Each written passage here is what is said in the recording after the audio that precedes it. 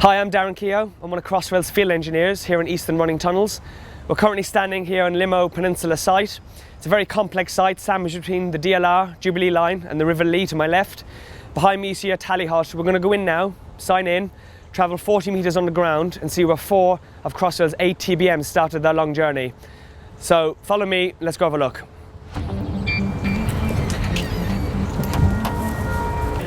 Yep.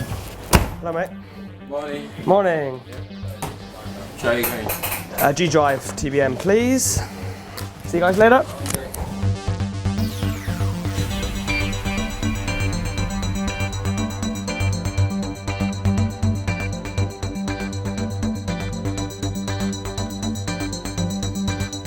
Currently we're standing here in Limmo Peninsula shaft, about 40 metres underground. Directly behind me you can see the entrance to 2 of the longest tunnel drives on Crossrail, created by Victoria and Elizabeth last year. Currently they've completed 10 kilometres of tunnel between them on their journey to Farringdon. They've already broke through Canary Wharf Station, Stepney Green and Whitechapel. They will continue their journey onto Liverpool Street and Farringdon later on this year. As well as creating 2 of the longest drives on Crossrail, right in front of me we've got the entrances to 2 of the shortest drives on Crossrail at only 900 metres long, created by Jessica and Ellie, which started earlier this year. These tunnels go from here all the way to Victoria Dock Portal. It may be one of the shortest drives on Crossrail, but in many respects one of the most complex, with being in close proximity to the DLR, Jubilee line, the River Thames and the River Lea. Currently we're standing inside one of these short tunnels created by Jessica early this year. This is the second drive this TBM has completed, after earlier this year completing the journey from Puddingham Lane to Stepney Green, where she was dismantled in the shaft, transported by road all the way over here to Limmo and reassembled here at the bottom of Limmo shaft to create the journey of 900 metres to Victoria Dock Portal. The process of moving Jessica from Stepney Green to here took a matter of 3 or 4 months, and at 1,000 tonne and 150 metres long and over 500,000 pieces, that was quite a good job, well done. Jessica has now completed her journey to Victoria Dock Portal. Directly behind me, her sister Ellie has now launched and it's working 24 hours on the clock to get to the same location as Jessica. If you follow me in, we'll have a look what's going on. As you can see from standing inside in the TBM, that it's a very tight working environment despite its huge length and size. There are about 20 people working in here around the clock, 24 hours a day, from miners to engineers to operators, to make sure this TBM runs smoothly the whole way to its destination. Right here now we're halfway down the tunnel boring machine and you see these blue containers that actually hold grease and lubrication that we pump forward constantly to the mechanical parts of the actual boring machine to keep the friction down and keep the machine moving very smoothly.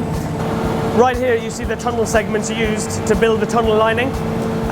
There are 7 of these large segments in one ring and one key piece.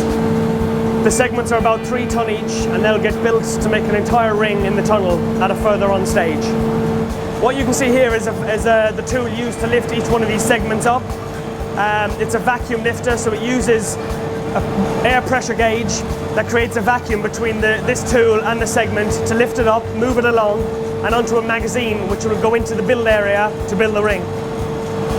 Yeah, currently we're sitting in the shift engineer's cabin. He will monitor all the data for the current ring being excavated, including face pressures, grout volumes, material excavated, etc. And he will see if they're in certain parameters for this current ring. Right now, I'm standing right in the heart of the tunnel boring machine, Ellie. About 15 metres behind me is where the actual cutter head rotates, digging the ground. To my left we have a large auger called a screw conveyor, which removes the soil from the cutter head, places it on a large conveyor system right through the tunnel, up the shaft and removes it off-site. Once this TBM Ellie completes her journey at Victoria Dock Portal in a matter of weeks, that will actually complete all the tunnelling on the south-eastern spur of the Project Crossrail. We will have 12 trains running every hour in each direction, connecting the south-east all the way through Canary Wharf, the city, the West End, and all the way out to Heathrow and Reading in the west. These brand new trains will vastly improve the journey times into areas like city centre and the airport. From where I'm standing right now, it'll be up to 15 minutes quicker to get into the city centre and a good 40 minutes quicker to get all the way out to Heathrow Airport. before all this can happen, we still have a lot of work yet to do here. We still have 3 tunnel boring machines to get to that final location, and we've got to hand back these tunnels to the next contractors to fit them out, ready for these beautiful new trains. I hope you enjoyed the little tour down Eastern Running Tunnels, but I think it's time for me to get back to work.